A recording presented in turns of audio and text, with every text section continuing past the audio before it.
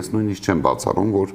հեծը կարող են խլել եւ վաճառել, որպեսզի կարողանան որոշակի քանակի դրամական միջոցներ ներգրավել։ Հեծը որպես ակտիվ բավականին գրավիչ է եւ նաեւ աշխարհակաղակական տեսանկյունից կարեւոր ենթակառուցվածքների համակարգ է։ Ռիսկերը այս երկրում որևէ մեկը չի հաշվում որոշում կայացնելուց։ Այս երկրում մայրաքաղաքում տրանսպորտային հանգույցների կարգավորումները շաբաթը մեկ փոխում են եւ բոլորը թկած ունեն ռիսկերի հետևանքների վրա, ինչ կլինի։ Պետությունը մեր իզորու է ներդրումներ կատարել այնքան, որքան օրինակ հենց հիմա սեփականատերներ կատարողում հեծում։